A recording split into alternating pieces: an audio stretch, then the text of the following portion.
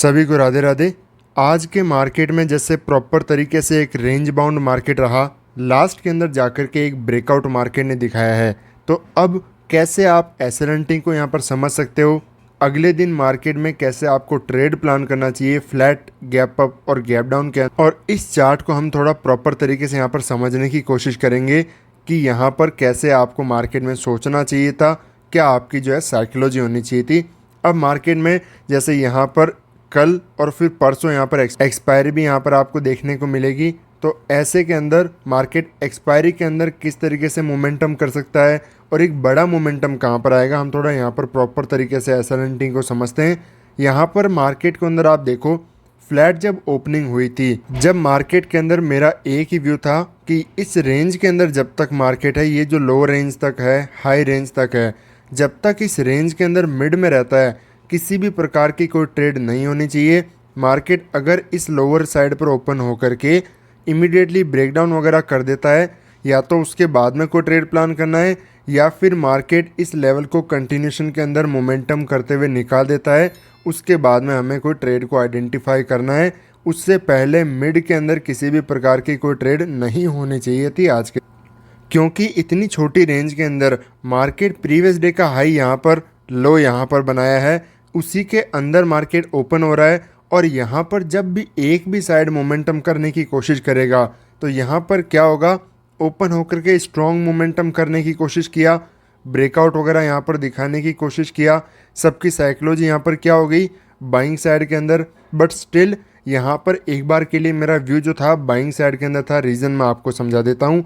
Market ने क्या किया, प्रॉपर रेजिस्टेंस किस एरिया का लिया, डे हाई का 25,500 का। तो इस पॉइंट पर मुझे एक चीज़ की क्लैरिटी थी कि मार्केट यहाँ से सेलिंग साइड के अंदर नहीं आना चाहिए। एक छोटा सा अपसाइड का मोमेंटम, यहाँ पर एक छोटा सा मोमेंटम, क्यों, रेंज के अंदर जब भी मार्केट काम करता है, कभी भी आपको बिग टारगेट, बिग मोमेंटम यहाँ पर आपको कभी प्लान करने का नहीं सोचना चाहिए था। छोटे छोटे मोमेंटम को आपको कैच करने के बारे में आपको सोचना चाहिए। ऐसी ही आपकी साइकोलॉजी होनी चाहिए। ये पॉइंट जो है आपको हमेशा नोट करके रखना है, ताकि जब भी स्मॉल मार्केट आए, साइडवेज मार्केट हो, छोटा छोटा मोमेंटम हो रहा है, वहाँ पर जो आपकी एक्सपेक्टेशन है वो हद से ज़्यादा ना हो, ताकि आपकी जो लॉस है वो कम हो। और मार्केट जब आपको स्मॉल प्रॉफिट दिखा रहा है, आप उसको कैप्चर कर सकें, बजाय कि ये सोचें कि नहीं मुझे तो अच्छा पैसा चाहिए, इस पैसे को मैं घर पे लेके नहीं जाऊंगा। तो उस होगा क्या, छोटे मार्केट के अंदर आपका मार्केट वापस जैसे घूमता है, तो आपका जो छोटा प्रॉफिट वगैरह भी होगा तो वो भी आपके हाथ से चला जाएगा। इसीलिए आपको प्रॉफिट को रिस्पेक्ट करना ज़रूरी है जब मार्केट साइडवेज या फिर स्मॉल मार्केट हो, वहाँ के ऐसे मार्केट के अंदर। यहाँ पर मार्केट ने क्या किया, प्रॉपर तरीके से 25,500 का रजिस्टेंस लिया, तो यहाँ पर मार्केट के अंदर सेलर वगैरह एक्टिवेट हुए। बट यहाँ पर मेरा व्यू था कि एक बार मार्केट इनको ब्रेकआउट कर सकता है, एट द एंड में मार्केट वापस रेंज के अंदर ही आ जाएगा, क्योंकि ऐसे ब्रेकआउट मार्केट के अंदर सस्टेन नहीं हो पाएंगे। बट मार्केट ने वो भी मोमेंटम नहीं किया, फर्दर रेंज के अंदर आ गया। ऐसे के अंदर जब मार्केट छोटी रेंज के अंदर काम करता है, ना तो कोई ब्रेकआउट प्रॉपर तरीके से काम कर पाते हैं, ना ब्रेकडाउन मार्केट के अंदर प्रॉपर तरीके से काम कर पाते हैं। मार्केट वापस रेंज के अंदर आ जाता है और सबकी एक्सपेक्टेशन ये रहती है कि मार्केट बड़ा मोमेंटम करेगा, जो कि किसी ने भी ये जो मोमेंटम है वो कैप्चर नहीं किया होगा।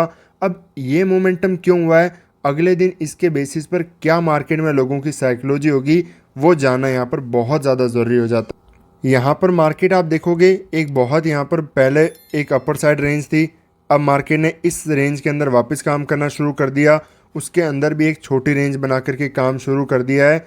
तो यहाँ पर एक चीज़ मुझे क्लैरिटी देखने को मिल रही है कि एट द एंड मुझे लग रहा है कि या तो एक्सपायरी के अंदर कोई बड़ा मोमेंटम होने वाला है, या फिर फ्राइडे तक कोई यहाँ पर बड़ा मोमेंटम होगा।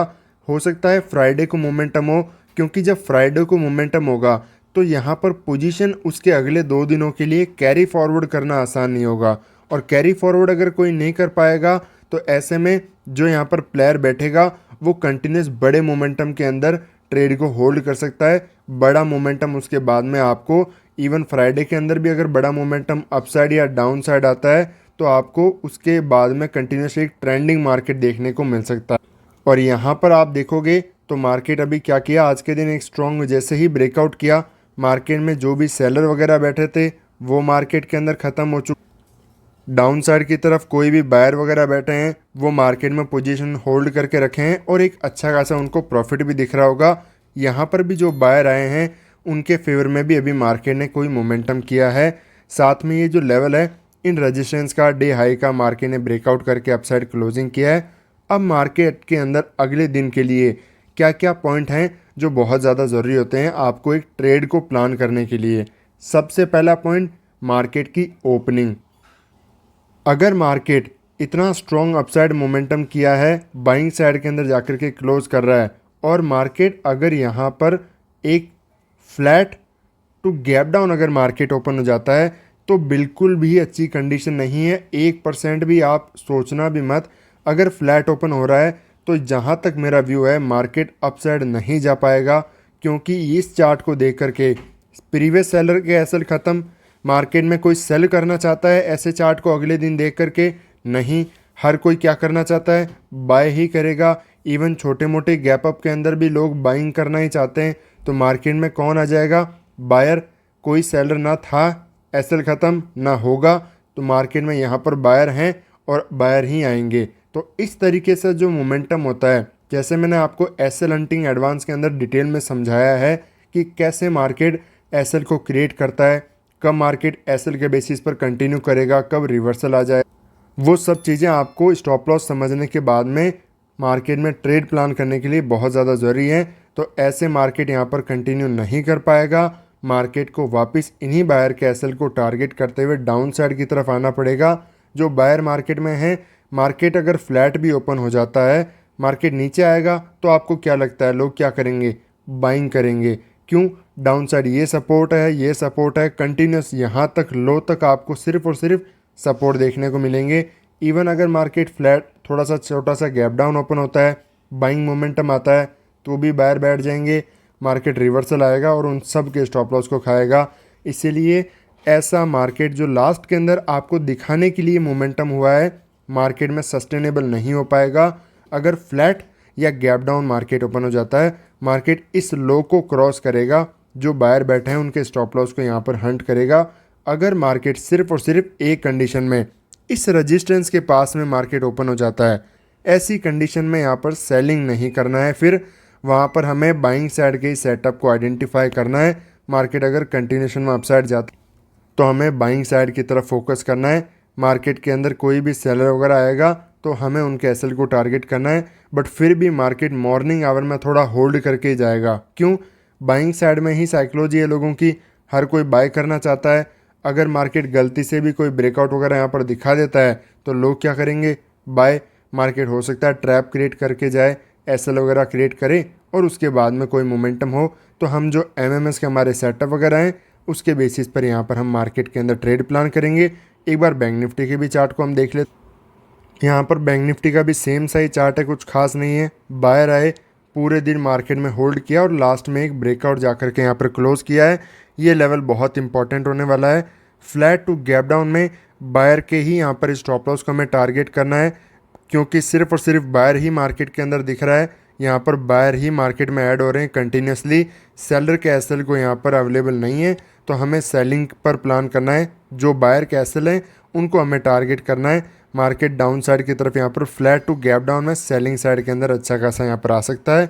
तो यहाँ पर हमें क्लियरली सेलिंग साइड के सेटअप को आइडेंटिफाई करना है। मॉर्निंग मोमेंटम का जो सेटअप है मैंने आपको उसके अंदर डिटेल में समझा रखा है कि किस तरीके से स्ट्रॉन्ग मोमेंटम भी पूरे फेल होकर के सेलिंग में आ जाते हैं और या फिर स्ट्रॉन्ग सेलिंग मोमेंटम भी पूरे रिवर्सल चले जाते हैं, और कौन सी कैंडलस्टिक पर आपको मार्केट में 9:15 पर ओपनिंग होते ही आपको ट्रेड भी बनाया जा सकता है। तो मिलते हैं आपसे नेक्स्ट वीडियो में, सीखते रहिए।